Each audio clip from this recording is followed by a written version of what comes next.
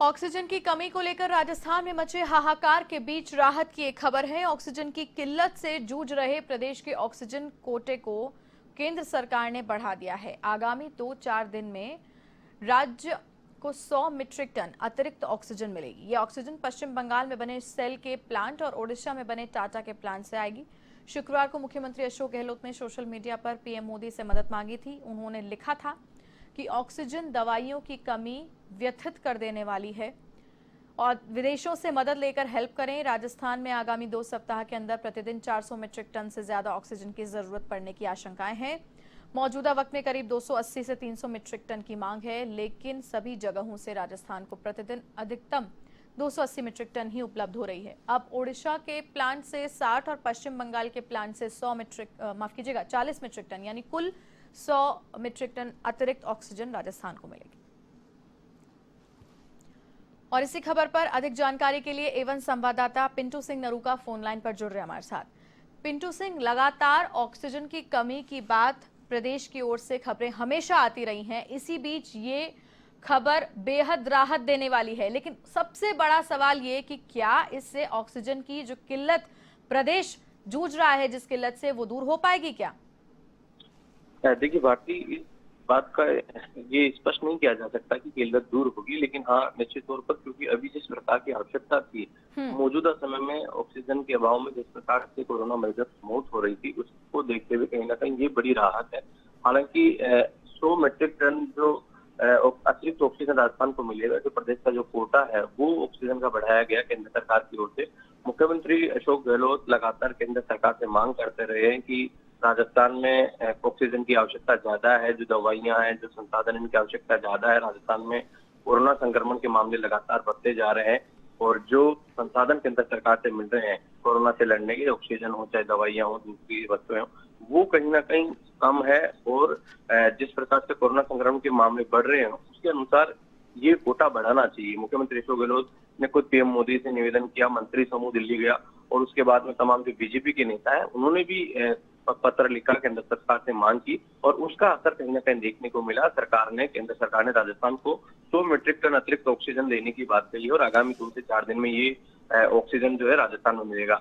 लेकिन सबसे बड़ी बात यह है कि अभी करीब 280 से 300 मीट्रिक टन की मांग राजस्थान में है और वो भी कहीं ना कहीं कम पड़ रहा है। अभी 280 से अधिक टन जो ऑक्सीजन राजस्थान में सप्लाई हो रहा है, बावजूद इसके कहीं ना कहीं ऑक्सीजन का अभाव है, ऑक्सीजन की कमी है, किल्लत है। और अब जब ये 100 मीट्रिक टन आएगा तो निश्चित तौर पर बड़ी राहत मिलेगी, लोगों तक ऑक्सीजन पहुंचेगा। लेकिन ये नहीं कह सकते कि हाहाकार खत्म हो जाएगा, क्योंकि सबसे बड़ी जो चुनौती है भारतीय वो ये है कि लगातार आंकड़ों में बढ़ोतरी हो रही है, कोरोना संक्रमण के मरीजों में बढ़ोतरी हो रही है। जब ये 280 मीट्रिक टन जब ऑक्सीजन आ रहा था राजस्थान में, जब सप्लाई हो रहा था, लेकिन तब आंकड़े आ रहे थे 10 से 12 हजार के। लेकिन अब लगातार कोरोना संक्रमण के मामले बढ़ते जा रहे हैं, ऑक्सीजन की डिमांड बढ़ती जा रही है।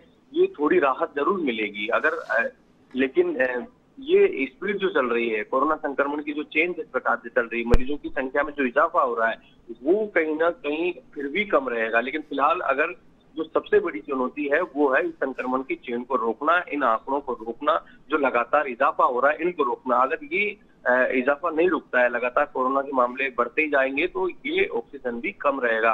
लेकिन फिलहाल ये राहत की बात है। मुख्यमंत्री अशोक गहलोत की जो प्रयास है, जो केंद्र सरकार से लगातार अपील मुख्यमंत्री अशोक गहलोत कर रहे थे, उसका फायदा यहाँ पर राजस्थान को मिला। और जो राजस्थान सरकार लगातार केंद्र सरकार से मांग कर रही थी कि जो उनका कोटा है राजस्थान सरकार का ऑक्सीजन का, उसको बढ़ाया जाए, क्योंकि पहले ये देखने को मिला था कि जो ऑक्सीजन का कोटा था वो भी पूरा नहीं मिल पा रहा था, क्योंकि संसाधनों की कमी थी, ऑक्सीजन परिवहन के जो टैंकर थे वो अवेलेबल नहीं थे, तो इसके चलते वो भी नहीं आ पा रहा था। तो मैं मानता हूँ कि अब कहीं ना कहीं थोड़े से हालात पटरी पे आएंगे और ऑक्सीजन सही से सप्लाई हो पाएगा, ऑक्सीजन की जो किल्लत है वो थोड़ी दूर हो पाएगी। लेकिन अब ये जो कोरोना के मामले हैं इन पर लगाम लगना जरूरी है, नहीं तो अब 200 मीट्रिक टन भी बढ़ जाएगा और कोरोना के मामले ज्यादा बढ़ते जाएंगे तो वो सॉल्यूशन नहीं है। ये चेन रुकना जरूरी है। हाँ, लेकिन फिलहाल अब जब ये आया है तो कहीं ना कहीं राहत की खबर है कि लोगों तक ऑक्सीजन का सिलेंडर पहुंचेगा।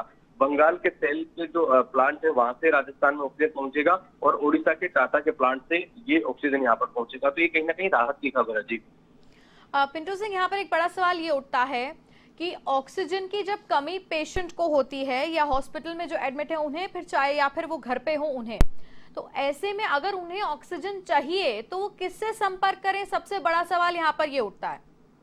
देखिए, अब सबसे बड़ी समस्या यही है कि आदमी अभी तक समझ नहीं पा रहा है कि कहाँ जाए, कैसे आए, क्योंकि एक बड़ी डिमांड ये आ रही है कि ऑक्सीजन सिलेंडर की जो रिलीफ है वो कहीं ना कहीं जो घरों में लोग रह रहे हैं, जो घरों में आइसोलेशन में जो इलाज करा रहे हैं, उनको भी दिया जाए। एक बात ये भी सामने आ रही है, हालांकि इस जी। पर अभी तक कोई फैसला नहीं हुआ है। बाकी अब सब कुछ मामला मैनेजमेंट का है, प्रबंध का है कि हम किस प्रकार से प्रबंध करते हैं, प्रबंधन हमारा कैसा रहता है।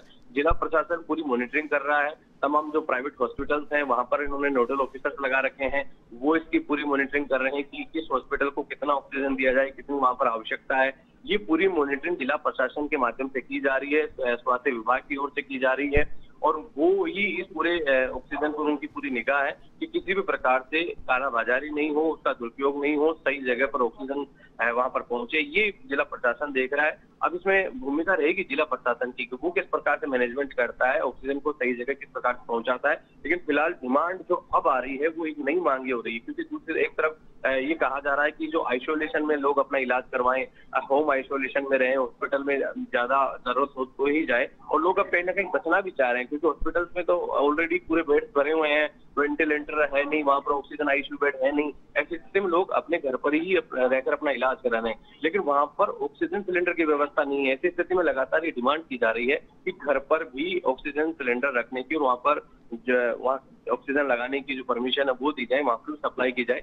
अब देखने वाली बात है कि किस प्रकार से इस पर अनुमति दी जाती है, क्योंकि अभी डिमांड जो है वो ज्यादा है, ऐसी स्थिति में सरकार भी दे नहीं पा रही है। लेकिन आने वाले समय में हो सकता है कि परिस्थितियां थोड़ी अनुकूल हो, थोड़ी नॉर्मल हो, उसके बाद में सब चीजें अवेलेबल होगी। लेकिन इन सबके बीच में भारतीय बात एक यही आती है, कोरोना संक्रमण में जो तेजी से इजाफा हो रहा है आंकड़ों में, उन पर विराम लगना नहीं तो तमाम जो संसाधन है वो कम पड़ जाएंगे, क्योंकि जब आंकड़े लगातार बढ़ते जाएंगे तो आप कितना ऑक्सीजन लेकर आ पाएंगे, क्योंकि फिर कुल मिला के बात यही आती है कि आपको संक्रमण की चेन को तोड़ना पड़ेगा। जिस प्रकार से बड़ी आबादी राजस्थान में है और उस 7 करोड़ से अधिक की आबादी है, और ऐसी स्थिति में संसाधन तो कम पड़नी ही है। कल मुख्यमंत्री अशोक गहलोत ने जब सीएनजी योजना का शुभारंभ किया तो भी उन्होंने यही कहा था कि अगर पूरे सांसद, सारे विधायक, सारी ब्यूरोक्रेसी, तमाम प्रशासन सब लोग लग भी जाएं तो भी ये संभव नहीं हो पाएगा आखिर में, क्योंकि जो सब कुछ मैनेज है वो इंसान के हाथ में है, आमजन के हाथ में है। उनको पहल करनी होगी, उनको घरों में रुकना होगा, नहीं तो हालात कहीं ना कहीं विकट हो सकते हैं। जी